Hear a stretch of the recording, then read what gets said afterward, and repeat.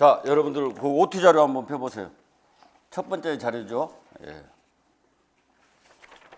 여러분들 이제 두 달 동안 이제 교육학 이론 영역이 8개 영역이거든요. 여러분들이 이제 목차에 보면 쭉 나와 있듯이 교육의 이유부터 시작해가지고 이제 교육의 행정까지 그렇게 8개 영역인데 이제 그 영역의 핵심들을 우리 인류 강의를 통해서 이제 배워가겠습니다.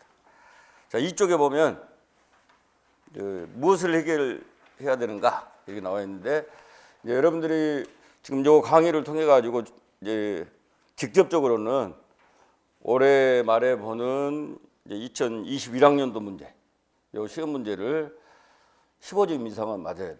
알겠죠? 15점 이상은 맞아야 되는데 처음 이제 교육학을 듣는 선생님들 같은 경우도 충분히 해낼 수 있습니다.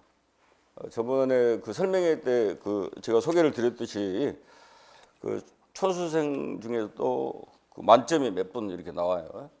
교육학 뭐 만점 맞기는 쉬운 일이 아닙니다. 알겠어요? 올해는 최종 학교까지 가시는 분들이 대체로 보니까 한 15점 이상 같아. 근데 점수를 주는 것이 짜게 준 것이 아니라 칼채점이 아니라 물채점이었어. 물채점에서 제가 볼 때는 물채점에서 한 실제 그 정확히 쓴 것보다 한 3, 4점 정도 올라갔을까?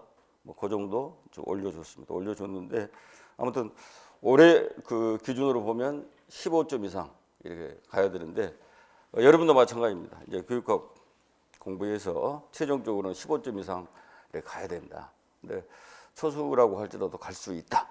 알겠어요? 그래서 여러분들 자신감을 갖고 임하시면 됩니다. 그래서 여러분들이 2020학년도 교육학 문제 맛보기 이렇게 나와 있는데 그 2020학년도 것이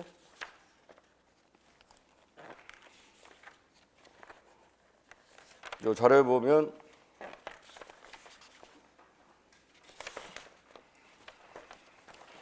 (13쪽에) 이렇게 나와 있습니다.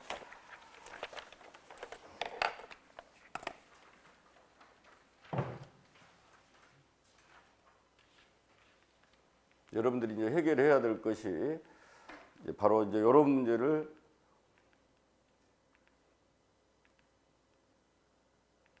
접하게 될 텐데, 자, 지금 이게 그 2020학년도 문제거든요. 이런 식으로 이제 그 지시문이 나오고, 그 다음에 또 제시문이 이렇게 쭉 주어지고, 그 다음에 보면은 이제 논술의 내용 그래가지고 하나, 둘, 셋, 넷, 지금 4개 정도 논점이 있죠. 논점이 있으면 첫 번째 보면 여기 비꼬치기의 지식론 명칭을 써라. 비꼬치기는 여러분들 익숙할 거고, 또 이 지식론에서 보면 지식의 성격이 어떤 것이냐, 또 교사와 학생 역할이 어떤 것이냐 하면서 이제 비꼬치기 하면 사회적 구성주의죠. 여러분들이 교육학을 공부를 뭐 본격적으로 안 했다고 하더라도 피아제 하면 개인적 구성주의, 비꼬치기 하면 사회적 구성주의, 이렇게 이제 쌍벽을 이룬다. 뭐 그런 것들 알고 계실 거예요. 근데 이제 요 비꼬치기가 나왔습니다. 비꼬치기가 나왔는데 이제 문제는 어떤 것이냐면 비꼬치기의 지식론의 명칭 이렇게 물어봤잖아요.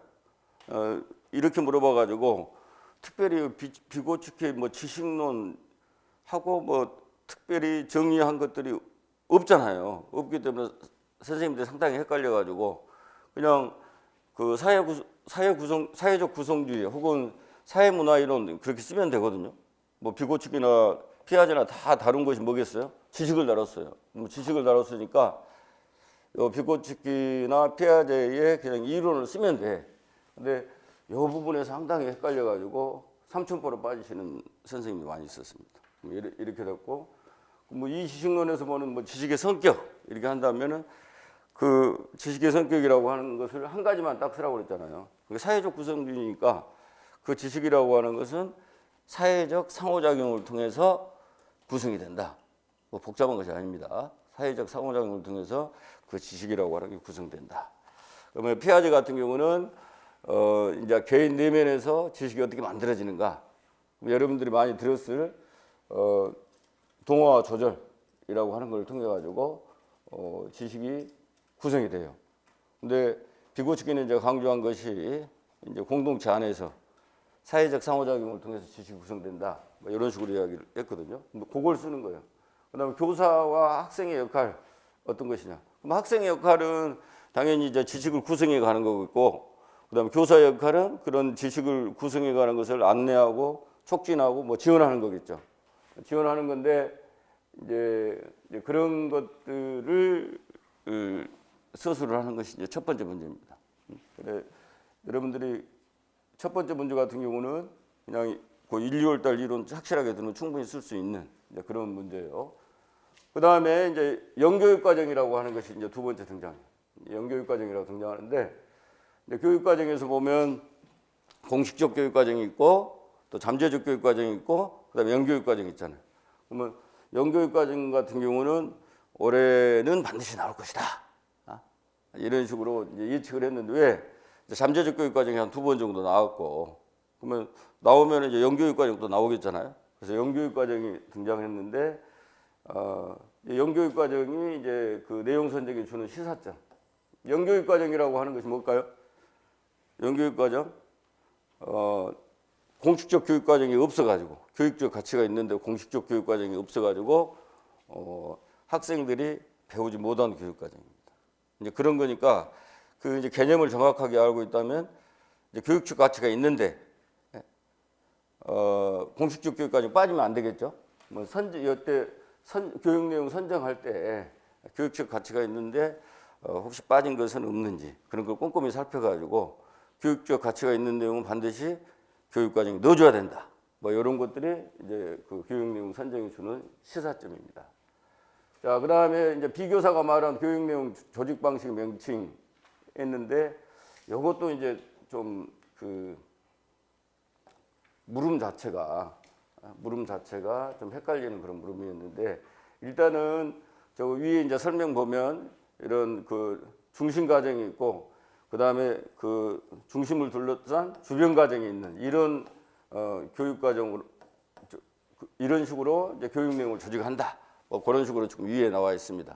그래서 그 중심이라고 하는 걸 우리가 이제 영어로 하면 코어라고 그러고 핵이라고 그러고, 그래서 이제 이 교육 과정이 중핵 교육 과정, 중핵 교육 과정입니다. 그럼 여기 보면은 지금 여기서 알 수 있듯이 어떤 걸 알 수 있냐면 교육 과정에서 지금 문제가 지금 나오고 있는 거예요. 앞에 같은 경우는 비고치기 지식론 같은 경우는 어느 영역에 속할까? 교육 심리, 교육 심리 쪽의 영역에 속하는 것이고, 이제 8개 영역이 있는데 그 8개 영역에서 교육 심리에 해당하는 거고, 지금 두 번째 다루는 것이 어떤 거냐면 교육 과정에 이제 관련된 내용입니다. 여러분들 교재 한번 봐보세요. 교재 한번 봐보면 제일 앞쪽에 이제 콘텐츠 해가지고 목차가 쭉 나온 거 있어요. 목차가 나오고 있는데 지금 목차가 한 페이지, 두 페이지, 세 페이지, 네 페이지, 다섯, 여섯, 7페이지. 목차가 한 7페이지로 쭉 나와 있잖아요. 그러면 여기에 쭉 서술되어 있는 이 항목들이 여러분들이 이제 다 알아야 될 내용입니다. 기본 핵심을 짚어야 될 내용. 무려 몇 페이지냐면 7페이지예요. 7페이지 정도 되는 건데, 거기에 보면 제일 처음에 교육의 이해 그렇게 나와 있죠. 뭐 그 영역이 있고, 그 다음에 이제 교육 심리학 두 번째 보면 그렇게 나와 있죠. 바로 여기서 이제 비고치기가 등장하는 거겠지. 그 다음에 또 한 장 뒤로 이렇게 넘기시면 이제 생활지도 조금 좀 짧습니다. 그냥 교육 심리학 쪽에 넣어버리기도 하는데 여기는 별도 항목으로 되어 있고요. 그 다음에 그 다음으로 가면 교육 과정이 나와 있잖아요. 바로 이제 이 교육 과정에서 보면은 그 영교육 과정이나 중핵 교육 과정이 여기서 이제 등장을 하는 겁니다. 그러면 여기 보면은 교육 과정에 보면 지금 다섯 번째 항목에 보면 공식성의 정도에 따라서 해가지고 세 번째 무슨 교육 과정이 나와요? 영교육 과정. 바로 이제 이런 곳에서 이제 그 지금 문제가 나오는 거고, 그 다음에 이제 중핵교육 과정 같은 경우는 지금 그 오른쪽으로 가보면 이제 항목에 13회 보면 교육과정, 경험 중심 교육과정의 교육과정 유형 이렇게 나오잖아요. 그러면 이 경험 중심 교육과정의 이제 교육과정 유형에 뭐가 등장한다? 중액교육과정이 등장한다. 이제 그 경험 중심 교육과정의 특징적인 교육과정 유형이 있는데 거기에서 이렇게 중액교육과정이라든가 또 생성 혹은 현성 교육과정이라고 하는 이런 것들이 특징이 있습니다. 그러면 여러분들이 그게 1, 2월 이론 배울 때 다 배워 그런 것들이. 그러면서 강조해. 요거 이런 것들은 과거에 객관식 기출에도 많이 나왔고 그렇기 때문에 여러분들이 잘 정리해 둬야 되는 내용입니다. 이렇게 강조한 내용들인데 바로 이제 그런 내용들이 지금 출제가 됐다라고 하는 거예요. 그 다음에 이제 이 중액교육과정 이제 묻는데 여기 있으면 명칭 쓰라고 그랬잖아요. 명칭 쓰고 그러면 1점이야. 그 다음에 두 번째 토의식 수업에서 가지는 장점과 단점. 그러니까 어떤 이론이 있다고 하면 그 이론에 장점이 있겠죠. 약점이 있겠죠. 앞으로 이제 여러분들 쭉 정리할 때 이제 그런 식으로 배워갑니다. 뭐 장단점을 이렇게 써라. 그렇게 나오고 그다음에 세 번째로 가면 이제 토의식 수업 설계가 나오는데 그 토의식 수업의 설계에서 정착 수업 우리가 그 앵커드 수업이라고도 부르죠. 혹은 정착 교수라고도 하고 앵커드 수업이라고 부르는데 그 정착 수업의 원리가 어떤 것이냐 뭐 이런 식으로 물어봐. 그러면 이제 여기가 교육과정이었다면 여기는 무엇으로 넘어가는 거예요? 교수학습적으로 넘어가는 거예요. 교수학습적으로 넘어가서 거기에는 이제 다양한 수업 모형이 등장하는데 이제 그 중에서 정착 수업은 어느 쪽 계열에 속할까? 구성주의 수업 계열에 속한 것이 정착 수업입니다. 그러면 구성주의에서 이제 가장 강조하는 것이 자 구성주의니까 지식은 구성한다. 이 부분이 제일 큰 특징이겠죠. 제일 큰 특징이고 두 번째 특징은 어떤 것일까? 이 지식이라고 하는 것은 아까 그 비꼬치기 설명했던 것처럼 사회적 상호작용을 통해서 구성이 된다. 그 다음에 세 번째가 반드시 그 지식이라고 하는 것은 무엇에 의존해서? 맥락, 상황에 의존해서 그 지식이라고 하는 것이 구성된다. 뭐 이런 것들이 이제 우리가 구성주의를 배울 때 가장 기본적인 세 가지거든요. 첫 번째가 뭐라고? 구성주의니까 컨스트럭트. 요것을 밖에 있는 것을 발견하는 것이 아니라 어쩌냐면 내가 만들어낸다 말이에요. 알겠어요? 지식을 우리가 습득하는데 두 가지 기본적인 관점이 있습니다. 지식이 저기 있어. 저기 있는 것을 내가 발견할 수 있지. 또 하나는 뭐냐면 그것이 아니고 지식이라고 하는 것은 내 마음에서 어쩐다? 만들어내는 것이다. 그런 입장. 그러면 저쪽에 있는 지식을 내가 발견해내는 것이다. 이렇게 접근하는 것이 우리가 객관주의라고 합니다. 반대로 객관주의 반대말은 여러분 뭐겠어? 주관주의야. 교육학을 잘하려고 하면 요 이항을 잘 정리해야 돼. 반대 개념을.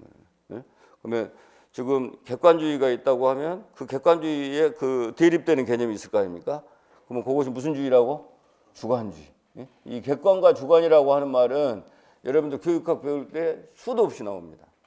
그러면 여러분들이 이제 조금 이따 내가 설명하겠지만 요 객관이라고 하는 말이 뭐냐, 주관이라고 하는 말이 뭐냐, 이 개념을 정확하게 갖고 있어야 그 다음 여러 가지 복잡한 이론들 또 거기에 이제 이론의 세부적인 내용들이 쉽게 이해가 돼.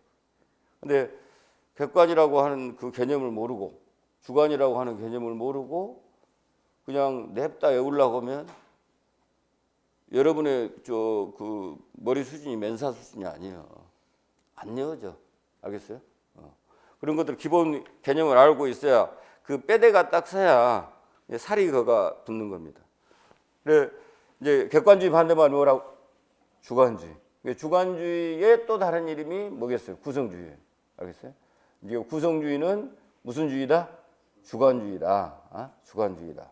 주관주의인데 이 구성주의라고 하는 요 부분이 첫 번째는 그 구성주의잖아요. 그러니까 구성주의니까 이 구성이란 말이 중요해. 학습자가 지식을 구성하는 것이다. 요거 원. 근데 구성하는데 어떻게 구성하냐? 어떻게 구성한다고요? 사회적 상호작용을 통해서 구성한다. 두 번째. 그 다음에 세 번째. 사회적 상호작용을 하는데 반드시 그 사회적 상호작용을 하는 데는 맥락이 있다고, 상황이 있다고, 문화가 있다고, 공동체가 있다고. 이제 그런 건데, 그런 이제 구성주의 쪽에서 그런 이제 맥락을 강조하는 쪽의 이론이 뭐냐면 상황학습 이론이에요. 상황학습 이론. 상황학습 이론인데 상황학습 이론 중에 하나 이걸 적용한 것이 정착 수업이 있는데 이 정착 수업의 원리 두 가지가 뭐냐? 그렇게 나왔고 그다음에 이제 이런 것 같은 경우가 상당히 이제 최근 트렌드를 반영한 거 위키. 예? 여러분들 위키 하면은 뭐가 생각나? 위키피디아. 그다음에 이제 요새 그 이제 많이 뜨는 것이 나무 위키 뭐 이런 것들 있잖아요. 그러면 이것은 최신 트렌드예요. 최신 트렌드인데 아무튼 위키를 그 활용할 때 이제 발생할 수 있는 문제점 이런 것들을 물어본 거예요. 근데 사실 이제 우리가 인류월 이론을 다루잖아요. 이론을 다루면 요 위키 이런 것까지는 못 다뤄. 알겠어요? 그럼 저것은 일반 교양이에요, 교양. 최근에 어떤 그 정보통신하고 관련해 가지고 정보를 우리가 이제 탐색하고 정보를 활용하고 또 정보를 생산해내는데 예? 그 어떤 것이 사용되냐? 그러면 이제 최근에 나온 것이 위키거든, 위키. 그럼 그런 것들이 지금 여기 교재에는 실릴 수가 없어요. 예? 이 교재는 이 교재에 나오는 이론들은 다 어떤 이론들이냐? 명예의 전당에 들어간 이론들이야. 이 교육학의 시민권을 획득하고 명예의 전당에 들어간 이론들만 여기에 나와 있습니다. 그러니까 여기에 나온 이론들은 10년 안쪽에 이론들이 있을까 없을까? 없어. 여기는 실릴 수가 없어. 실릴 수가 없어. 이제 고전적인 이미 딱 그 명성을 획득하고 자기 자리를 획득한 그런 이론들만 나와. 그러면 이제 이런 문제들이 나오는데 이제 이런 것들은 자기 기본 상식을 통해서 또 합리적인 추론을 통해 풀 수밖에 없어요. 못 배워. 저도 안 가르쳐줘. 여러분들이 알아서 풀어야 돼, 이런 것들은.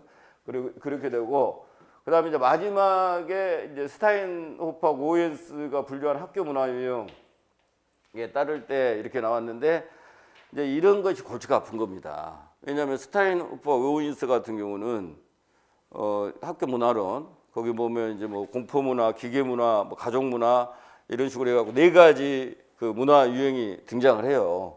등장을 하는데 저 이론이 여기에 있을까 없을까?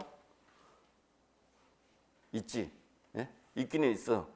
근데 보면은 요것은 지금 새로 나온 책이에요. 새로 나온 책이고 올해는 핸드북 형태로 만들었어요. 왜냐하면 쉽게 그냥 갖고 다니라고. 그래서 뭐 단권화 교재 뭐 만들 필요도 없이 요거 갖고 다니면 되잖아. 그다음에 이제 다음에 나오는 것은 여러분 컨셉맵이라고 A4 사이즈로 해서 그 나오는 것들이 있습니다.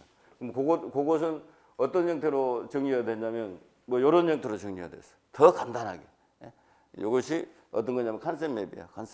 컨셉맵인데 이 보면은 작년 기준으로 보면 이 교육학 교재 그다음에 이제 컨셉맵 거기에 이제 스타인호프 오웬스 학교 문화 유형론 그 실려 있습니다. 실려 있어. 실려 있는데 안타깝게도 다른 선생님 교재에는 없어. 알겠습니까? 그러면 그것이 뭐냐? 물론 시민권을 획득한 그 이론이지만 명예의 전당에 들어간 이론이긴 하지만 구석지에 있는 이론이라 이 말이야. 근데 저런 것도 아까 시험에 출제가 됩니다. 작년에 보면 아무튼 기적같이 9, 10월 특강하는데 제일 마지막 강의가 있어요. 제일 마지막 강의가 16차야, 16차. 16차 때 스타인호프 오웬스 학교 문화 유형론 그것이 이제 그 모의고사 보는데 제가 출제를 했습니다. 출제를 했어. 그래서 제가 깜짝 놀랐어. 내가 지금 잡혀가는 거 아니냐. 왜냐면 평가원하고 나오고 내통했다고 해서 문제 흘렸다고 그래서 내가 잡혀가는 거 아니냐. 아무튼 제가 놀랐습니다. 그거 나왔더라고. 정말 마지막 문제 스타인호프 오웬스 내가 보면서 눈이 그냥 번쩍 이렇게 띄었습니다. 근데 저는 그 문제에서 이렇게 다루긴 했지만 또 다른 교수님은 그것을 못 다뤄. 왜? 다룰 수많은 이론들이 있잖아요. 그렇기 때문에 그런 것들은 사실 놓치기가 쉽습니다. 그러니까 저도 재수가 좋아가지고 소 뒷걸음치다 뭐 쥐잡는다 그러잖아요. 그런 문제를 내려고 하면 갈등이 생겨요. 낼까 말까, 낼까 말까. 지금 시험에 나오는 것을 내야 여러분한테 도움이 되잖아요. 근데 이제 냈죠. 낸 이유는 어떤 거냐면 그것이 객관식으로 나왔어. 알겠습니까? 그러니까 모든 지금 그 논술형 시험의 이제 90%는 다 어디에 있다? 과거의 객관식의 어떤 형태로든지 나온 이론들이 나와. 거기서 자주 나왔던 거. 그럼 과거 이제 지금은 논술형으로 시험을 치지만 과거는 다 어떤 거였어요? 객관식이었잖아. 그럼 그 객관식의 역사는 상당히 길잖아요. 그러면 그 객관식에서 자주 출제됐다라고 하는 것은 그만큼 그 이론이 어쩐다? 중요하다라고 하는 거예요. 중요하니까 나왔겠지. 근데 스타인호퍼 오웬스는 중요해서 나왔겠지만은 한 번 나왔어. 한 번 나왔어. 한 번 나왔는데 이제 그런 것을 근거해 가지고 이제 출제를 했죠. 근데 아무튼 마지막 문제가 이제 스타인호퍼 오웬스 요 문제입니다. 그래서 학교 문화 유형에 따를 때 D교사가 우려하는 학교 문화 유형이 뭐냐? 그러면 이제 거기 답이 이제 기계 문화인데 이제 요 기계 문화 지금 보면은 뭘 쓰라고 나와요? 명칭. 이게 지금 여러분들의 짧은 시간이지만 물론 지금 어떤 출제 경향을 갖냐 이런 것들은 나중에 배워요. 여러분들이 5, 6월 가면 그때 기출 문제 풀어보고 또 어떻게 이제 서론, 본론, 결론을 써야 되는가. 그 논사, 논표, 특강, 논리적 사고와 논리적 표현을 배우는 특강이 있는데 그때 본격적으로 배워. 그때 이제 본격적으로 배우지만 여러분들이 알아야 될 거 있어. 뭐가 있냐? 지금 명칭이란 말이 많이 등장하잖아요. 명칭만 써라고 하는 것이 많이 등장해요.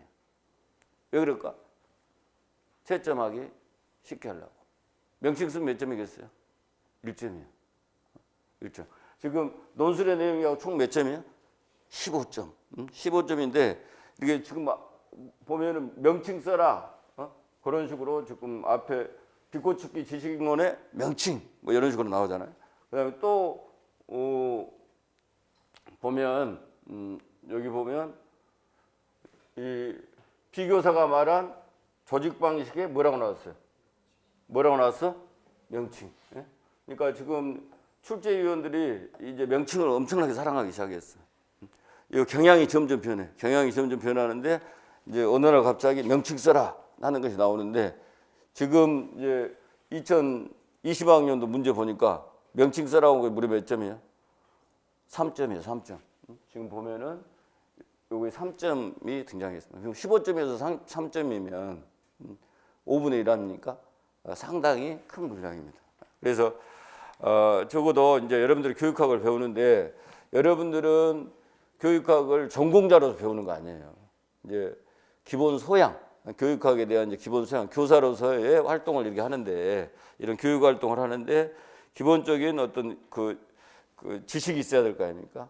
그런 지식이 확보가 되어 있느냐, 그 기본 소양을 묻는 것이기 때문에 이렇게 명칭이 뭐냐 이런 식으로 이제 지금 많이 이렇게 물어봅니다. 그래서 이런 식으로 나온다. 보면은 지금 논술의 구성과 표현해 가지고 이제 그 5점이라고 나왔잖아요. 이게 지금 형식이에요, 형식. 형식이 5점이야. 형식이 5점인데 이 형식은 누구나 다 맞을 수 있습니다. 알겠죠? 기본적으로 답을 어떻게 써야 되는가?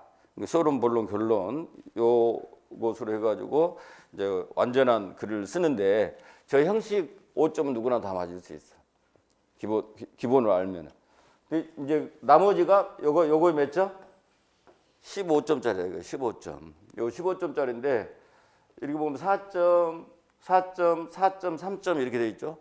그러면 4, 3, 12. 그다음에 나머지 3 더하니까 15 이렇게 나오는 거예요. 때로는 그냥 4점, 4점, 4점, 4점. 그래서 4, 4, 16. 내용이 16까지 갈 때가 있습니다. 근데 대부분 15점짜리예요. 그럼 여러분들이 이렇게 1, 2월 이론을 배우고 그다음에 또 어떻게 써야 되는가, 기출이 어떻게 나왔는가 이런 걸 배우고 그다음에 7, 8월부터는 문풀로 들어가겠죠. 문풀로에서 쫙 가가지고 결국은 여러분들이 이 4개의 논점에 이제 4개의 논점하고 만날 것이고 15점 맞으려면 몇 개를 쓸 수 있어야 될까? 2개를 일단 정확히 쓸 수 있어야 돼. 2개를 써야 지금 몇 점이 되겠습니까? 여기 보면은 2개를 쓰면 4.4점 해가지고 몇 점이 돼? 8점이 돼. 기본 점수 5점 있어.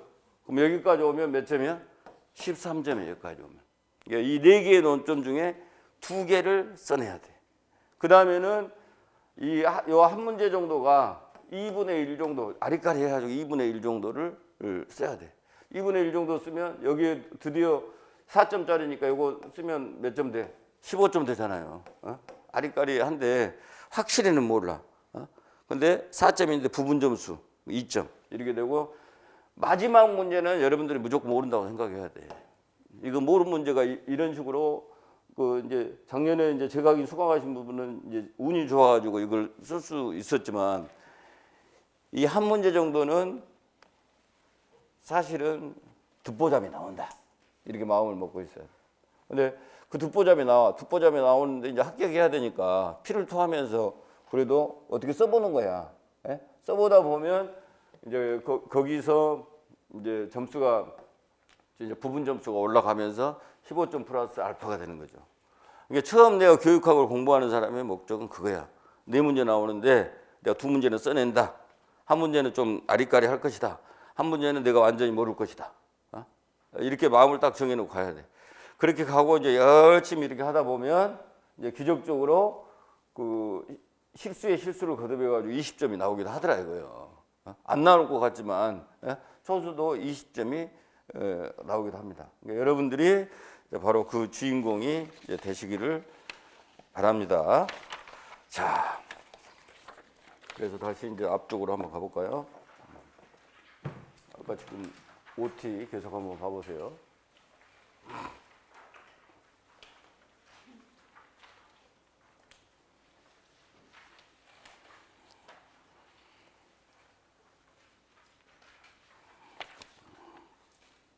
자, 3쪽으로 넘어가 보세요.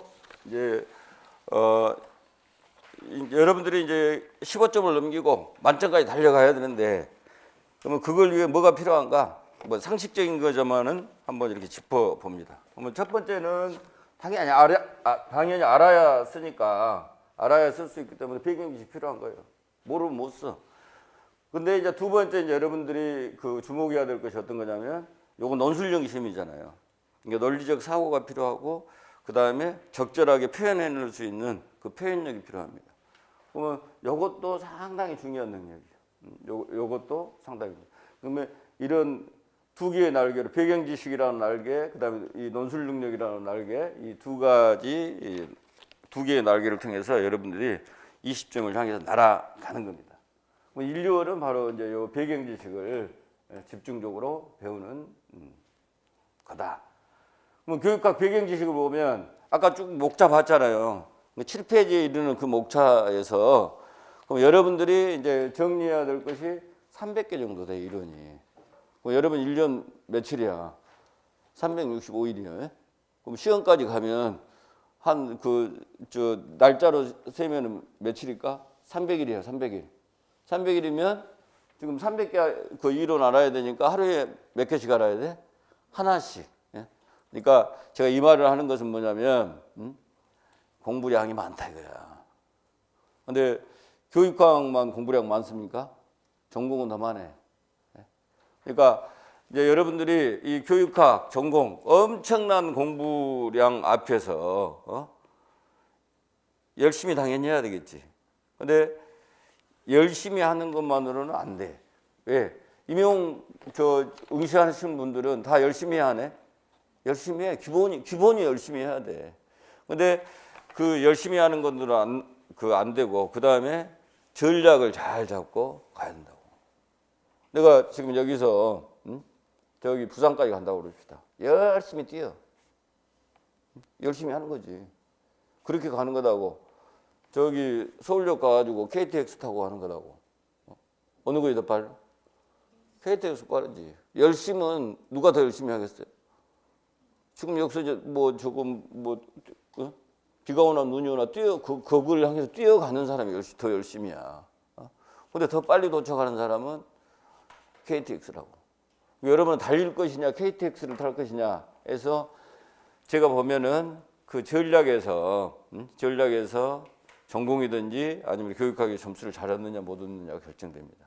그러니까 늘 중요한 것은 뭐냐면 돌아봐야 돼. 지금 내 학습 전략이 그 올바른가, 더 그것을 개선할 수는 없는가, 이 부분들을 끊임없이 봐야 돼. 그것이 이제 아주 중요한 요소입니다. 자, 그래서 이제 이 문제풀이를 할 수 있으려면 여러분들이 이제 앞으로 이제 1년 동안 해가는 것이 지금 관점 획득반 하잖아요. 관점 획득반 하고 그 다음에 이제 3, 4월에 뭐냐면 주제별 컨셉 맵이라고 있어요. 주제별 컨셉 맵이라고 있는데 예컨대 그런 거예요. 주제별 컨셉 맵 어떤 거냐면 목적이라고 하는 하나의 단어가 있어요. 그러면 그 목적이라고 하는 것과 관련해 가지고 교육학에서 중요하게 언급되는 거, 뭐 교육의 목적부터 시작해 가지고 수업 목표에 이르기까지 별의별 것들이 다 있어. 그러면 이 목적이라고 하는 요 하나의 주제를 가지고 쫙 번져가는 거야. 그러면 지금 1, 2월 달에 배웠던 것들은 어떤 거예요? 이제 보면은 영역별로 해가 쭉 이렇게 갔어.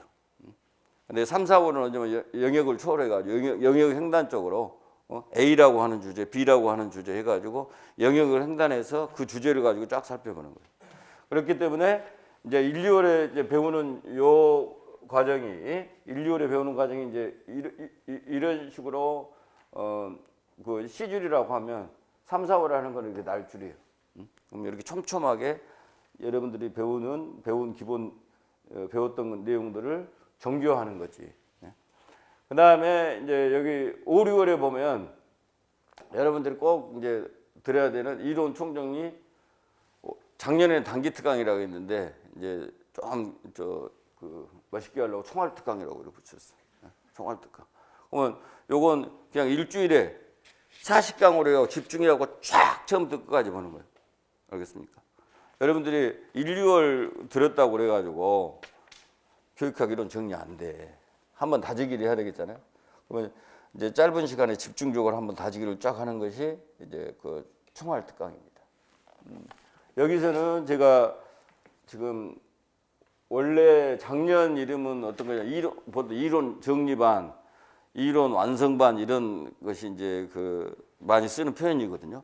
근데 제가 일부러 요 제목을 뭐라고 붙였냐면은 관점 획득반 이렇게 붙였어요.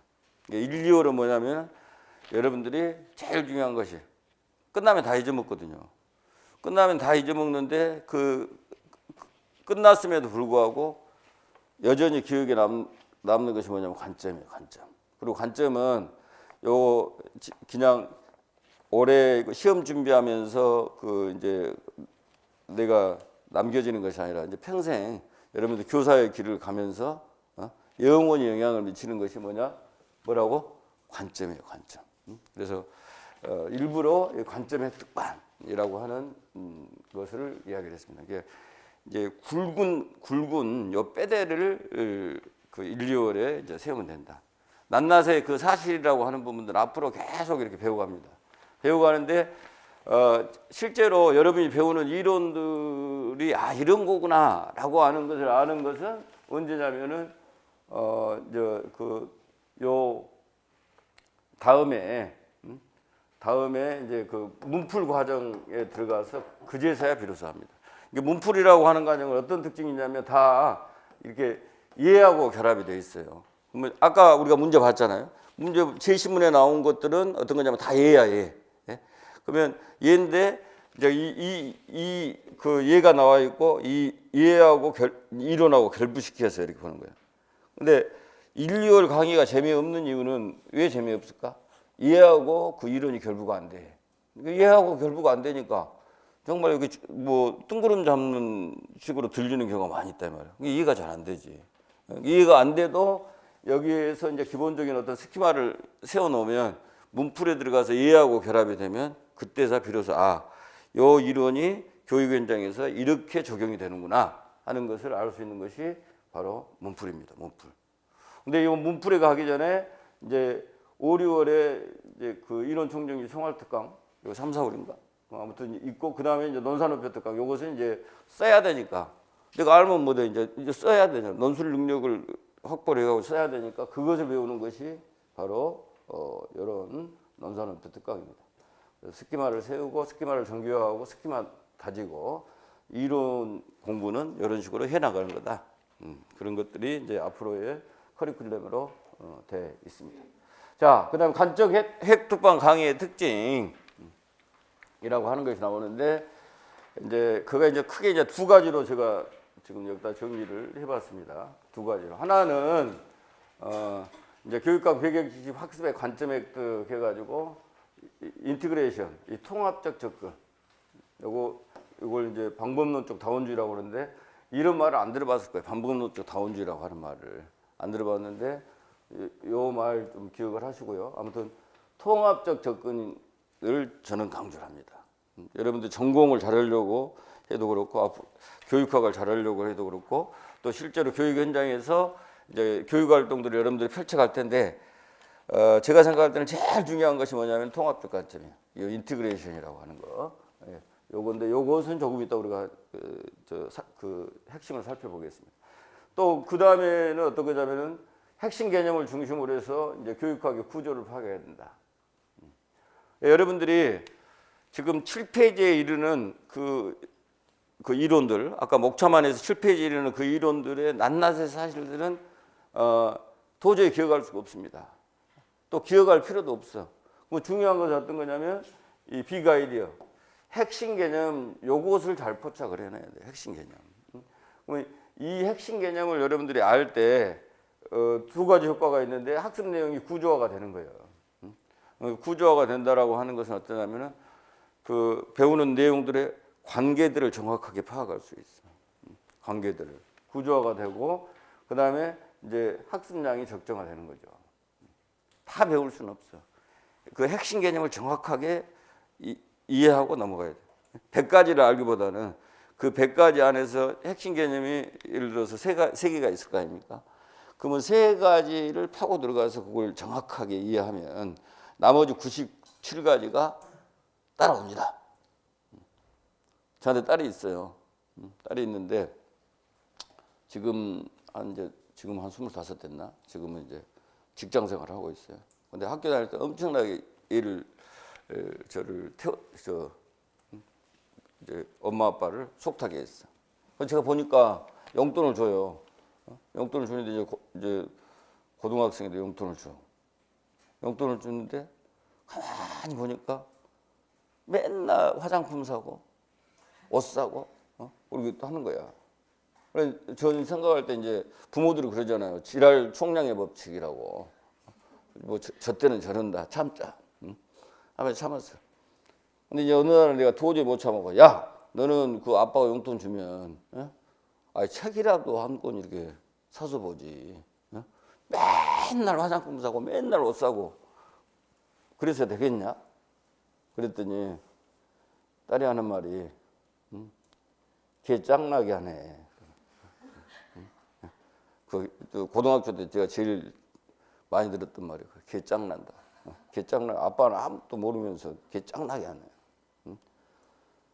그 다음에 이제 뭐라고 이야기하냐면은 이쁘게 하고 다니면 오빠들이 다 사준대. 책도 사주고 햄버거도 사주고. 근데 왜 내가 사냐 이거예요. 그러니까 내가 그때 그랬어요. 아, 네가 계획이 있었구나. 계획이.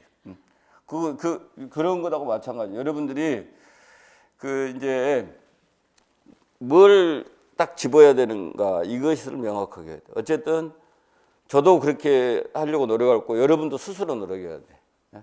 핵심 개념이 뭐냐? 알겠어요? 뭐를 물어봐야 돼? 핵심 개념이 뭐냐? 그러면 그 핵심 개념을 갖고 학습 내용을 구조화를 해야 되고 학습량을 적정화하지 않으면 도저히 이 교육학의 많은 분량을 소화할 수 있어 없어? 없어. 하다가 이제 지쳐 떨어져. 이것을 못하면 여러분들이 오늘은 지금 저놈이 어떻게 생겼나 하고 지금 잘 가르치나 못 가르치나 나를 합격으로 인도할 수 있을까 없을까 그런 어떤 의구심을 갖고 저를 막 이렇게 쳐다보잖아요.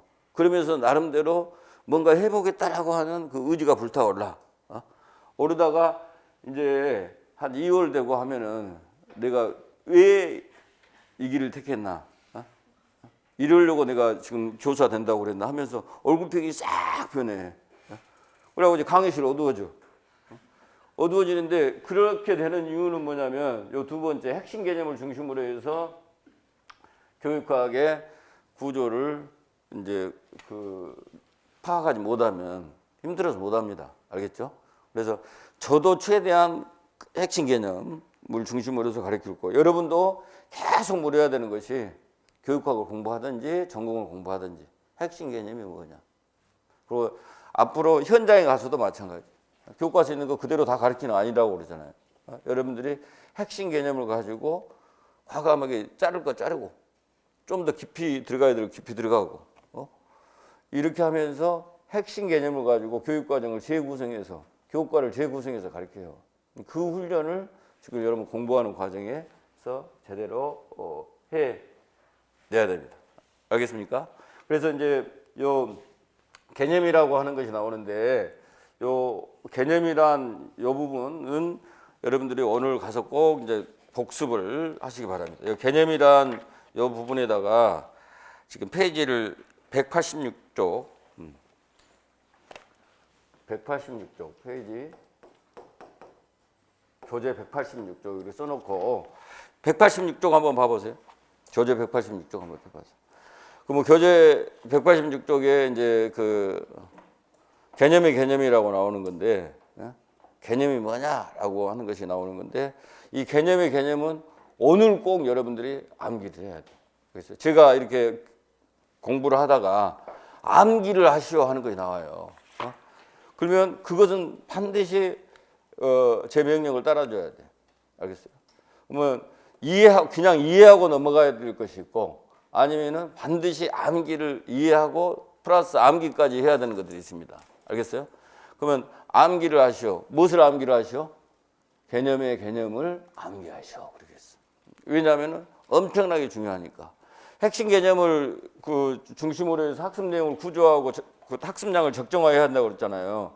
그러면 도대체 이 개념이 뭔가를 모르고 어떻게 저 학습 내용을 구조하고 또 학습량을 적정하겠어요. 근데 그 개념은 어떤 거냐면은 어떤 대상이 있어요. 그러면 그 대상에서 무엇을 추상해서? 속성. 공통적 속성을 추상해서. 이 추상이라고 하는 말이 뭔 말일까? 뽑는다 그 말이에요. 우리가 추상화 이렇게 이야기를 하잖아요. 그러면 추상화하면은 그냥 뭐 심플하게 돼 있잖아. 그러면 그 대상에서 특정한 것만 이렇게 뽑는 걸 우리가 추상이라고 그래.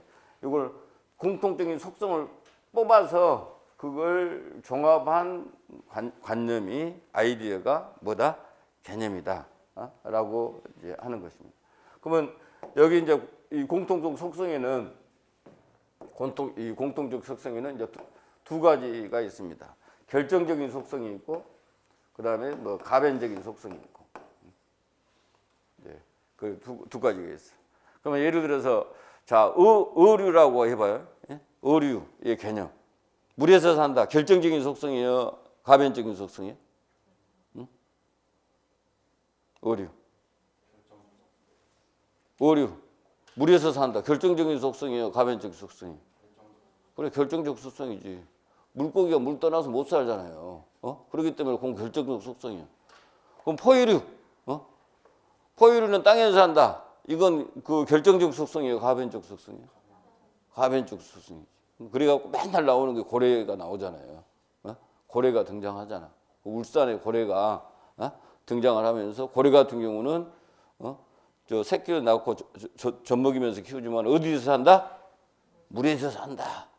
그러니까 이 포유류가 땅에서 산다라고 하는 것은 그것은 가변적 속성이다. 그러면 이 속성에 결정적 속성도 있고 가변적 속성이 있는데 아무튼 이 어떤 대상이 갖고 있는 공통적 속성, 함께 갖고 있는 그 속성, 요것을 종합을 해가지고 만든 관념이 뭐다? 개념이다라고 하는 것이고, 여러분들 이 186쪽부터 시작하는 개념과 개념학습은 반드시 예습을 해갖고 오기 바랍니다. 그래서 오늘 가면 보는데 이 개념이 엄청 중요하니까 그것은 미리 한번 쭉 그 내용을 정독을 한번 하시고 이렇게 오시고 과제입니다. 꼭 해야 돼. 자, 그러면서 이제 여기 이제 어떤 것이 등장하냐면 핵심 개념이라고 하는 게 등장해요. 여러분들 핵심 개념이란 말 엄청나게 많이 들어. 그러면 요 핵심 개념을 영어로 하면 키 컨셉이라고 그래. 키 컨셉. 그 개념이 있는데 그 중에서 노른자위가 되는 그 키 컨셉이 있더라. 그러면 핵심 개념이라고 하는 것이 있는데 그것이 뭐냐? 학문의 기저가 되는 그 원리, 근본적인 아이디어. 그래가지고 지금 브루너는 그걸 지식의 구조라고 하고 피터스는 그걸 뭐라고? 지식의 형식이라고. 또 오크쇼트 같은 학자는 그것을 판단이라고 그러고 또 위긴스와 맥타이 지금 가장 강력한 영향력을 발휘하고 있는 것이 위긴스와 맥타이의 백워드 설계입니다. 백워드 설계인데 지금 현장에 제일 강력한 영향을 미치는 것이 뭐라고? 백워드 설계. 그래서 백워드 설계는 한번 시험에 나왔어. 시험에 출제됐는데 그 백워드 설계 이해중심 교육 과정에서는 그것을 뭐라고 표현하냐? 비가이드라고 표현해. 비가이드. 그러면 이런 핵심 개념, 개념을 중심으로 그 핵심 개념을 중심으로 학습 내용을 구조하고 학습량을 적정하는데 그 핵심 개념이라고 하는 것이 어떤 기저가 되는 바탕이 되는 근본적인 원리, 아이디어, 내 지식의 구조, 지식의 형식, 판단, 비가이디어 이런 것하고 이제 그 비슷합니다. 그리고 2015 개정교육과정에서 보면 여기 클로바로 나온 것들은 다 어떤 거냐면 지금 교재 쪽수를 이야기해요. 그래서 여러분들이 좀 보시려면 교재로 가서 보시면 돼요. 교육과정 구성 중점에서 뭐라고 나와 있냐? 교육과정을 구성은 만든다라고 하는 거예요. 개발한다라고 하는 건데 교육과정을 개발할 때 교과의 핵심 개념을 중심으로 해가지고 학습 내용을 구조하고 학습량을 적정화해서 학습의 질을 높인다. 이렇게 지금 교육과정은 이렇게 만드는 것이다라고 이렇게 나와 있어요. 그 다음에 또 이제 교수학습 쪽에 보면 2015 교수학습 쪽에 보면 어떤 식으로 나와 있느냐? 교과학습은 어떻게 해야 되냐? 단편적인 지식의 암기를 지향하고 여러분들 그냥 그것을 다 외워봤자 소용없어요. 그건 단편적인 지식을 암기하는 거예요. 요걸 지향하고 핵심 개념, 그 다음에 일반화된 지식이 심층적에 중점을 둔다. 그럼 핵심 개념, 일반화된 지식이 뭘까? 지식이니까 핵심 개념과 핵심 개념이 합해진 거예요. 그렇죠? 핵심 개념이 지금 벤 다이어그램으로 이야기한다면 이런 것이라면 일반화된 지식은 이런 핵심 개념으로 구성된 하나의 지식이 일반화된 지식입니다. 이런 것을 했을 때 이게 그 심층적 이해로 간다고. 단편적인 지식을 암기하면 자 심층 반대말이 무슨 말일까요? 선생님? 표층. 네? 표층이고. 그다음 그 표층 반대말이 심층이야. 그리고 이제 표층하고 이제 유사하게 쓰는 것이 우리가 피상이라고 그래요. 단편적인 지식을 암기하면 우리가 피상적인 이해의 끝이요. 그런데 핵심 개념, 일반화된 지식을 우리가 알게 되면 심층적 이해에 도달할 수 있습니다. 이런 내용들이 지금 핵심 개념과 관련해서 언급되고 있는 내용입니다. 근데 지식의 구조에 대해서는 여러분들이 배울 겁니다. 그럼 지식의 구조, 여기가 지금 나와 있는데 지식의 구조하고 유사한 말이 뭔 말이라고요? 핵심 개념, 키 컨셉. 브루너가 지식의 구조를 강조했는데 이것도 뭐 학문 중심 교육 과정도 시험에 나오기는 했지만 또 지식의 구조를 시험에 반드시 나올 겁니다. 나오는데 이 지식의 구조에 이제 세 가지의 특징이 등장을 하는데 이 내용들을 한번 쭉 읽어보시고요. 지식의 구조의 세 가지 특징을 하는데 그가 표현 양식, 경제성, 생성력 이런 그 세 가지의 특징을 갖고 있다. 저건 지금부터 알아놓는 것이 좋습니다. 시험에 나와. 많이 나왔고. 지식의 구조라고 하는 것이 어떤 거냐? 첫 번째는 표현 양식. 두 번째는 뭐라고요? 경제성. 세 번째는 뭐라고? 생성력을 갖고 있다.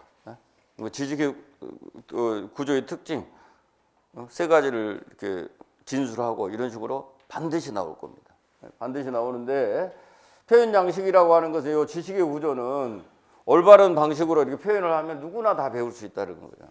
그래서 여기 보면은 작동적 표현 양식, 영상적 표현 양식, 상징적 표현 양식이 있는데 피아제식으로 보면 감각 운동이 전조작기, 이때는 작동적 표현 양식 직접 해보는 거예요.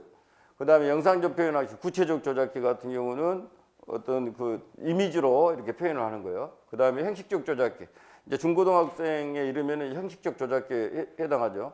그럼 이때는 상징적 표현 양식. 자, 상징이라고 하는 것은 기호거든요. 그러면 이 상징의 가장 대표적인 것이 어떤 걸까? 상징의 가장 대표적인 거. 언어입니다. 예? 언어. 예? 그럼 여러분들은 빨리 알아야 돼. 교육학에는 상징이란 말이 많이 등장해.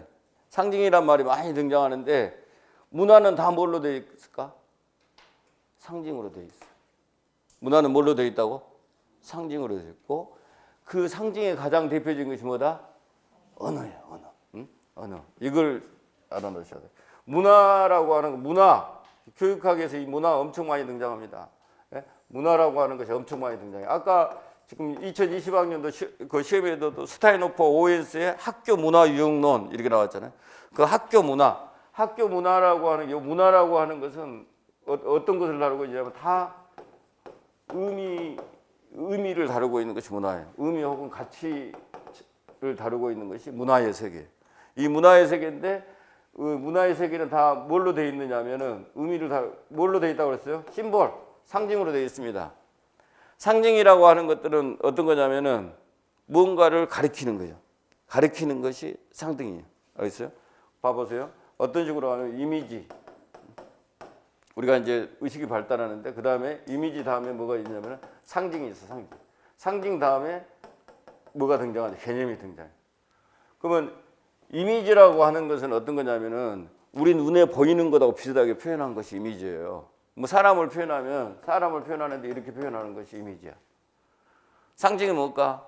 상징은 이게 여자라고 하면 그 여자를 이런 식으로 표현하는 것이 상징이야. 알겠어요? 그러면 이것하고 이것은 현격하게 상이나 이건 그 모습을 갖고 있질 않아. 상징이라고 하는 것은. 근데 이 상징이라고 하는 것은 사람이라고 하는 그 의미를 가리키고 있는 거예요. 그게 상징이에요. 그거 이제 아까 말했던 이제 대상의 공통적 특성을 종합한 것이 바로 뭐냐면은 개념이지. 이 개념이라고 하는 거고 여기서 비로소 이것이 무엇으로 표현다? 말로 표현이 되는 거예요. 말로. 그래서 이미지, 상징, 개념 이런 식으로 지금 가는 겁니다. 근데 이제 상징적 표현 방식 요 말은 상징적 표현 방식이란 말은 바꿔 이야기하면 무슨 표현 방식? 언어적 표현 방식이라고 하는 거예요. 알겠습니까? 언어적 표현 방식. 교육학에서 배워보면 자 교육 사회학에서 무슨 말이 등장하냐? 선생님 상징적 상호작용이라는 말이 등장해요. 그럼 상징적 상호작용이라는 말이 뭔 말이에요? 그렇죠. 언어적인 상호작용을 한다는 말이에요. 그렇죠. 상징적 상호작용이 일어나면 그것이 뭐라고? 언어적인 상호작용을 한다는 말이에요. 알겠어요? 그래서 문화, 상징, 언어, 요 그 관계들을 여러분들이 잘 알아놔야 합니다. 그래서 이제 지식의 구조라고 하는 차원에서 보면 이렇게 표현 양식, 지식의 구조는 누구나 다 배울 수 있는 거야. 표현 양식만 바꿔주면 직접 해보고 아니면은 그 이미지를 보여주고 혹은 말로 그 하던가 이런 식으로 표현 양식만 달리해주면 지식의 구조는 누구나 다 배울 수 있다. 그다음에 경제성 이코노미라고 하는데 최대한 간결하게 요약한 지식이다 이 말이에요. 그러니까 이 지식의 구조는 정보량이 제일 적은 것을 뭐라고 하냐? 지식의 구조라고. 그렇기 때문에 뇌소표가 파괴가 안 된다고. 다 하려고 하면 뇌소표가 파괴가 돼. 근데 지식의 구조는 그 양이 적기 때문에 뇌소표가 파괴가 안 돼요. 최대한 간결한. 그러면은 요건 뭐 중력 가속도입니까? 2분의 1 gt의 제곱 뭐 이런 식으로 간단하게 이렇게 표현한 거예요. 뭐 중력 가속도라고 하는 부분들을 이런 공식으로 수식으로 간단하게 이렇게 표현한 것이 지식의 구조예요. 그다음 마지막 생선력 이것이 또 결정적으로 중요한데요. 지식의 구조를 알고 있으면 두 가지 그 이점이 있는데, 하나는 관련된 지식을 찾을 수 있어요. 그 다음에 또 어쩐다? 새로운 지식을 구성해낼 수 있어요. 우리가 중요한 건 지금 살아가는데 정보 탐색을 잘해야 되잖아요. 그러려면은 지식의 구조를 알고 있어야 되고, 또 단순히 우리가 있는 거 찾는 것뿐만 아니라 지식을 만들어야 돼. 지식을 만들려면 그 힘이 어디서 나온다고? 지식의 구조에서 나온다고. 이걸 영어로 파워라고 그래요. 파워라고. 그래서 세 가지. 지식의 구조가 갖고 있는 특징이 뭐다? 표현 양식, 경제성, 상상력. 요 세 가지는 오늘 지금 그 첫 시간이잖아요. 첫 시간에 딱 머리에 이렇게 박아놓기 바랍니다. 그래서 그런 것들이 지식의 구조다 라고 하는 겁니다. 자, 이제 10번으로 가보세요. 여러분들이 이제 공부를 할 때 이제 1, 2월 강의를 들으면서 뭐가 중요하냐. 재교육학이 세줄 교육학이라고 지금 이야기를 하잖아요. 그러면 세줄 교육학이라고 이름 붙인 이유가 뭐냐면, 한 이론은 세 줄로 정리해야 된다 이 말이에요. 여러분이 어떤 이론이 있으면 그걸 몇 줄로 정리한다고? 세 줄로. 그거 세 줄로 정리해야만 그 배경 지식을 갖고 여러분 앞에 던져진 문제를 해결할 수가 있어요. 그러면 여러분들이 이제 A라고 하는 이론에 대해서 배워. 그러면 계속 메타인지를 작동시켜야 되는 거야. 자, 저 이론을 지금 세 줄로 하면, 세 줄로 표현하면 어떻게 될까? 그다음에 뭘로 넘어가야 돼? 한 문장으로 표현하면 어떻게 표현할 수 있을까? 이것을 계속적으로 여러분들이 물어보면서 강의를 들어야 됩니다. 알겠죠? 뭐 A라고 하는 이론이 소개되고 있어.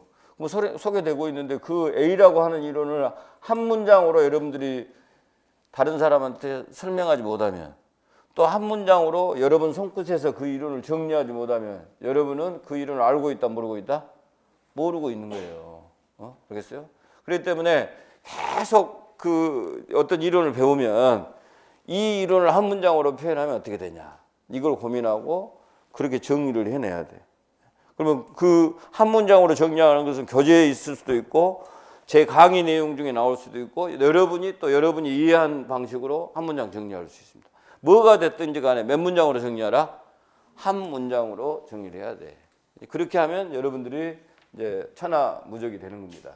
자, 근데 한 문장으로 이제 정리를 하는 거 이제 최종적인 건데,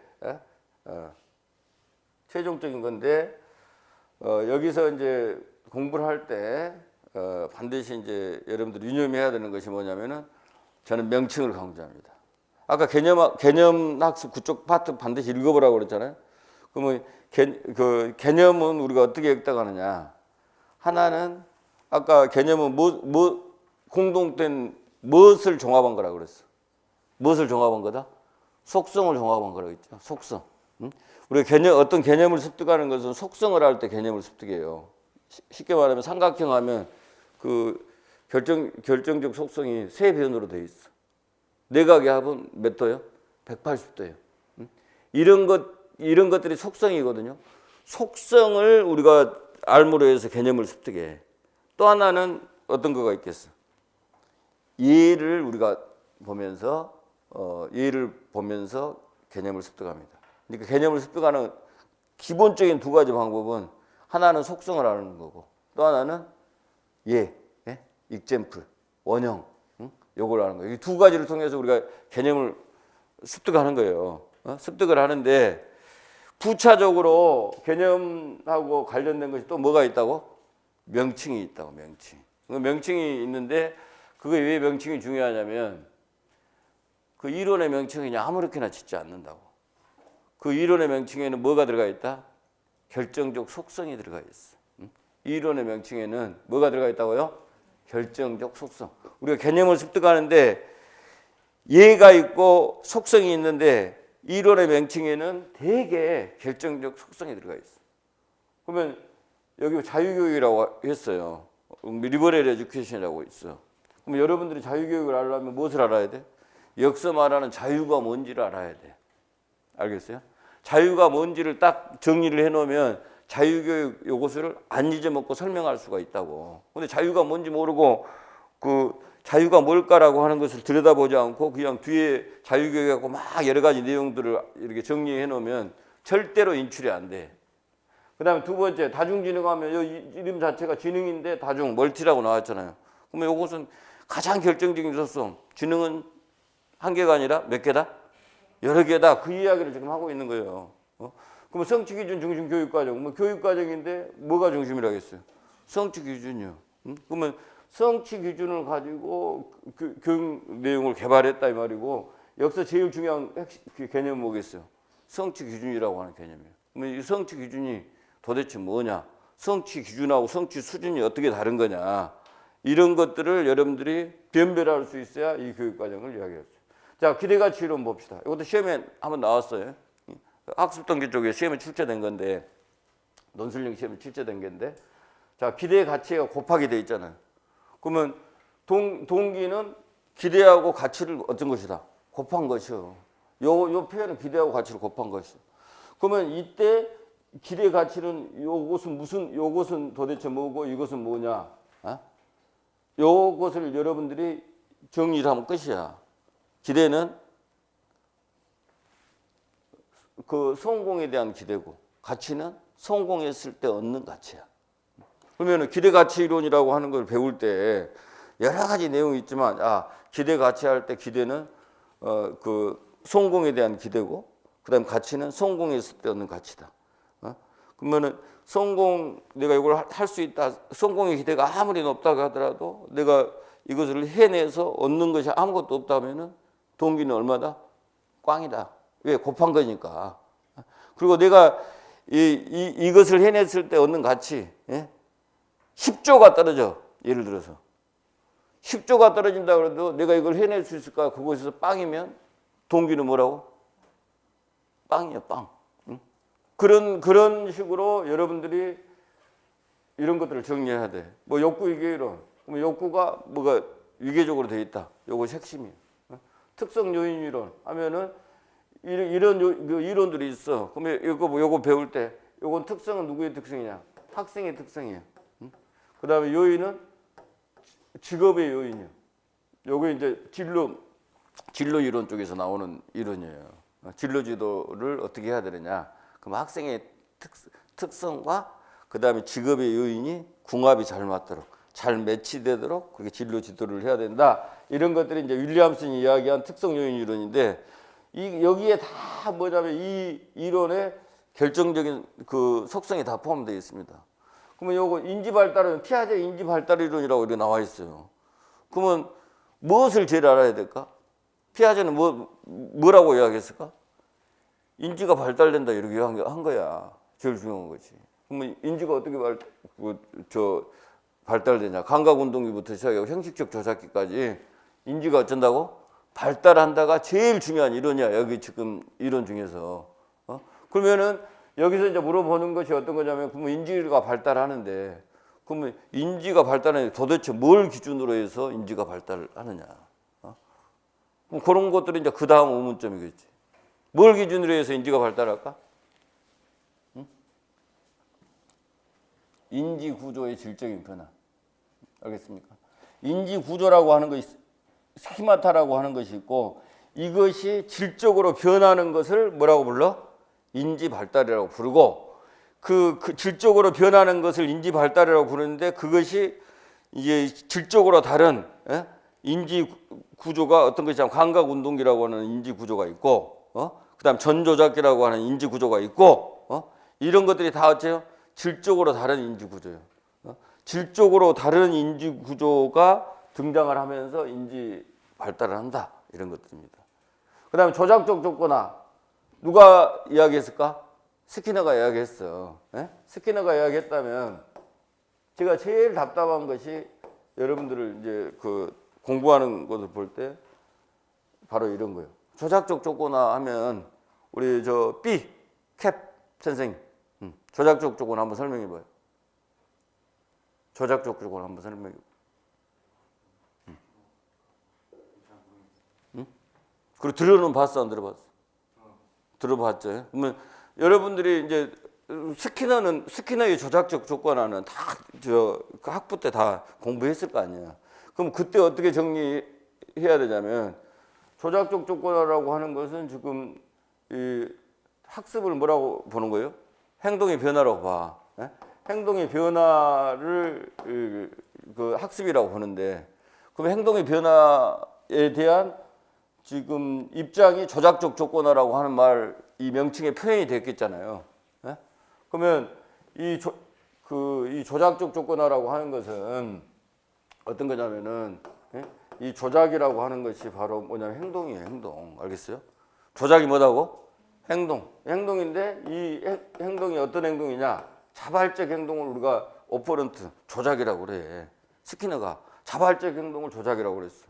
그러면 그다음에 조작적 다음에 뭐가 조건하라고 지금 붙어 있잖아요. 이 조건하가 뭐냐? 이 부여되는 조건이 행동에 상을 주느냐 벌을 주느냐 이 두 가지로 나뉘어요. 알겠어요? 만족스러운 결과를 주느냐 그 행동 다음에 불만족스러운 결과를 주느냐 이렇게 두 가지로 나눈다고. 이것이 뭐라고? 조건하여 컨디셔닝이란 말이에요. 그래서 행동을 이렇게 변화시키는데 행동에 상을 주면 그 행동이 어째요? 계속 반복이 되는 거고 증가하는 거고 행동에 벌을 주면 어쩐다고? 그 행동이 감소하는 거라니까. 그러면 그것이 그렇게 어렵지가 않아요. 알겠어요? 이게 스키너의 조작적 조건화에 따른 여러 가지 강론들이 쭉 나오는데 그 강론들을 알려고 하면 기본적으로 조작적 조건화라고 하는 요 핵심 개념을 여러분들이 파악을 해야 돼. 근데 그 핵심 개념이 어디가 숨어 있다고? 명칭. 오늘 그걸 정말 기억을. 전공 공부에도 도움이 돼. 알겠어요? 이 명칭을 파고 들어가. 명칭을. 그 명칭에는 결정적 속성이 있다니까. 그러면 이 조작적 조건화는 스키너가 이야기했던 학습에 대한 입장이 그냥 명쾌하게 정리가 되어 있는 거예요. 이 행동에다가 행동을 변화시키려면 둘 중에 하나. 조건 부여인데 상을 주든가 벌을 주든가 해라.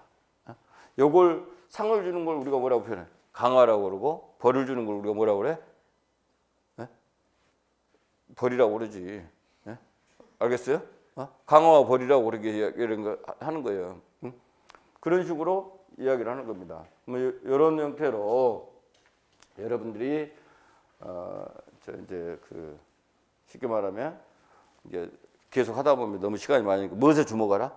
명칭에 주목하라. 응? 알겠어요? 그래서 명칭을 설명해 낼 수 있으면 제가 볼 때는 대부분 그 이론에서 한 문장을 써낼 수 있습니다.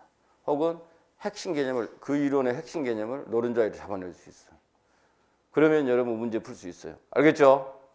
그런 식으로 가는 요 부분이 중요하다. 그다음에 이제 단권화 교재 만들겠죠? 단권화 교재 만드는데 자, 이거 이제 핸드북 형태로 나와서 요걸 갖고 하든지 아니면은 3, 4월에 나온 그 컨셉 맵을 갖고 하든지 이제 그거 하나면 다 끝입니다. 다른 거 볼 필요 없어. 알겠어요? 여기에 다 있어. 다 실려 있어. 그러니까 그 다른 것도 보면 좋지만 이제 나중에 저 심화 공부하시고 일단은 여기 안의 내용 요것을 정확하게 이해를 하시면 됩니다. 자, 그러면서 이제 동시에 제가 권장하는 것이 이제 암기 카드를 만들어라. 뭐 서브노트도 중요하겠지만 여러분들은 서브노트는 다시 볼 기회가 없을 거예요. 써놓고 여러분 보면 이쁘게 줄 긋고 또 동그라미 치고 옆에 또 아름답게 써놓고 그렇게 하는데 그것은 나중에 나오는 저 성적하고는 아무런 관련이 없어. 그래서 이제 실용적으로 실전적으로 접근을 해야 되는데 제가 그랬잖아요. 한 이론을 한 문장으로 정리해라고. 그 한 이론을 한 문장으로 수업을 들으면서 정리해 보려고 노력하고 그런 것들을 이제 이런 예컨대 그런 것들을 이런 이제 독서카드에다 정리를 해가지고 예? 그러면 독서카드 앞뒷면 이렇게 있잖아요. 그러면 그냥 한 장씩 사용하는 거예요. 한 장씩 사용해서 거기다 딱 자기가 이해하는 거 이렇게 딱 적어 놓는 거예요. 뒷장은 쓰지 말고. 알겠어요? 이런 것은 과감한 낭비가 필요합니다. 뒷장 쓰면은 또 불편해지니까 이거 하나만 딱 써. 하나만 써놓고 그걸 갖고 다니시라 이 말이에요. 그걸 요새는 앱이 발달되어 있으니까 메모 앱을 사용하든지 어쩌든지 요걸 가지고 다니면서 짜투리 시간 있잖아요. 짜투리 시간에 그걸 암기를 해야 돼. 공부할 시간이 없어. 교육학은 여러분들이 강의 듣잖아요. 그러면 강의 들을 때 다 끝내려고 그래야 돼. 다른 데서 또 이렇게 복습한다 이런 생각을 가지면 안 돼. 강의 들을 때 그냥 저걸 한 문장으로 하면 뭐지? 해가지고 그 한 문장을 딱 만들어내고 그걸로 끝. 그 다음에 복습은 어떻게 해? 그러면은 이거 갖고 다니면서 보라 이 말이야. 보라고. 그러면 지금 요 강의할 때 지금 조고 정리한 것이 1시간에 지금 첫 강의는 지금 제가 좀 길게 하고 있잖아요. 근데 보통 한 45분 강의하면 저런 것이 정리되면은 한 그 뭐 3개 정도 정리될 거 아닙니까? 그럼 3개씩 정리하라 이 말이에요. 3개 정리해가지고 그다음 3개씩 정리되면 하루에 10개잖아요. 그러면 저 이틀 하면 20개예요. 그러면 그 20개에 대해서 남은 수, 목, 금, 토 이 요일에 그걸 보고 다녀. 조금씩. 예? 그래서 끝내버려요. 그런 식으로 하는 거예요. 그런 식으로 여러분들이 실전적으로 꼭 해야 됩니다. 이거. 예? 이게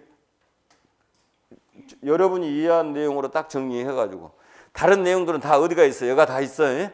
여가 다 있으니까 여기에 있는 내용 다시 또 쓰려고 하지 말고 내가 새롭게 정리한 거 딱 3줄. 예? 이거 상징적으로 그렇게 합니다. 최소한 간결하게 하라 이 말이에요. 복잡하게 써봤자 기억도 안 나. 그러니까 내가 이해한 대로 최대한 간결하게 딱 쓴 것을 손에 들고 다니면서 주머니 하나 넣어놓고 다니면서 일주일에 시간 3분 나고 5분 나고 할 때 있잖아요. 이런 시간 잘 이용해야 돼. 예? 교육학은 앉아서 뭐 이렇게 책 펴놓고 공부하는 거 아니에요. 예? 그런 시간 활용해가지고 그거 끝내야 됩니다. 그 다음에 이제 PQPR. PQPR이 뭘까? P, 프리뷰. 그 다음에 Q, 이제 퀘스천 질문. 그 다음에 4R 해가지고 이제 4개의 R로 되는 그 학습 전략입니다. 그러니까 여러분들이 아무튼 저걸 지금 이야기하는 것은 뭐냐면 예습과 복습 그런 부분들이 잘 이루어져야 돼요. 그럼 제가 여러분이 아무것도 모르고 들으면 잘 못 알아듣습니다. 그렇잖아요. 보통 제가 한 20년 전만 해도 우리 그 여자 선생님들이 야구를 보면 예? 잘 몰라요. 야구 규칙을 모르니까. 재미있겠어 없겠어? 없어. 그러잖아요. 마치 지금 우리들 같은 경우 보면 예를 들어서 요새 뭐 사랑의 불시착이 재밌더만 뭐 사랑의 불시착을 보고서 뭐 깔깔 웃기도 하고 또 눈물도 글썽글썽하고 이렇게 보고 있어. 보고 있는데 지금 우리 집 예쁜 강아지가 꼬지리가 있거든요. 그럼 꼬지리는 그 사랑의 불시착 재밌어 안 재밌어? 전혀 재밌지가 않아. 저것은 오로지 언제 그 제가 고구마를 줄까 멸치를 줄까 이것만 계속 지금 고대하고 있어요. 그러니까 그것은 이 강아지들은 개념이 없어요. 알겠습니까? 정서는 있어. 좋아하고 싫어하고 화나고 예? 슬프고 이것은 있어. 근데 정서적 수준까지는 갔지만 우리 인간처럼 개념적 수준까지는 못 간 거야. 그렇기 때문에 그 사랑의 불시착이 재미가 없어. 그애한테는 아무런 의미가 없는 거예요. 이제 그런 것들처럼 여러분들이 예습을 해오면 좋아. 알겠죠? 이걸 한번 보고 오십시오 하면 그래도 한번 제목 보고 그다음에 목차 보고 중요한 내용 자기가 이해가 안 되더라도 아 이건 이해가 되는데 이건 뭔 내용이지 이런 식으로 해갖고 오면 제 강의를 들으면 훨씬 더 흡수력이 좋습니다. 당연히 여러분들 현장에 가면 얘들한테 예습하라고 복습하라고 있잖아요. 그래서 예습과 복습 이런 부분이 같이 따라가야 됩니다. 아울러서 이제 메메스라고 하는 것이 있는데 이 메메스는 뭐 자료가 있습니다만은 매일매일 뭐 3줄 교육학 해가지고 이제 2월부터 서비스가 되는 겁니다. 그러니까 매일 한 2문제 정도 쪽 문제가 이렇게 가. 아까 쪽 문제라고 하는 것은 2020학년도 문제 봤죠? 그럼 그거는 4개의 논점으로 되어 있잖아요. 한 논점으로 된 문제가 쪽 문제라고 표현하는 거예요. 그러면 2개 정도가 매일 지금 이제 사이트에 올라가. 올라가고 거기 이제 해설 동영상도 같이 올라가. 그럼 매일매일 분산학습 형태로 알든 모르든 계속 그 봐가는 거예요. 봐가는 건데 그것이 2월부터 시작되는데 여러분들도 이제 그걸 다 듣게 되잖아요. 그러면 그런 것들을 그냥 쭉 들어가야 됩니다. 그럼 지금은 어떻게 써야 될지 그런 거 잘 몰라. 모르지만 이런 예를 주고 이렇게 물어보고 답은 이렇게 쓰는구나 하는 것을 매일매일 그렇게 공부를 해나가는 거예요. 메메스를 분산학습 형태로. 이제 그것은 꼭 해야지. 요것은 이제 스마트폰 같은 것으로 보면 이런 공부는 한 뭐 15분 정도면 끝납니다. 앱 서비스가 되니까 매일매일 보는 거예요. 그냥 보고 지나가는 보고 지나가. 그러면 요 메메스를 활용해서 여러분들이 분산학습해야 됩니다. 자, 제 그 메일은 요 1218H0 숫자형 한 메일이고요. 전화는 또 이렇게 되어 있습니다. 요건 기록해 놓고 이제 궁금한 거 상담할 거 이런 것들은 카톡으로 이렇게 하시면 되고 카페는 지금 다음 카페에 저 윤승현 교육학 논술 면접 이런 카페가 있습니다. 그래서 요 두 개는 여러분들이 기억을 해 놓으시기 바랍니다. 자, 쉬었다 합시다.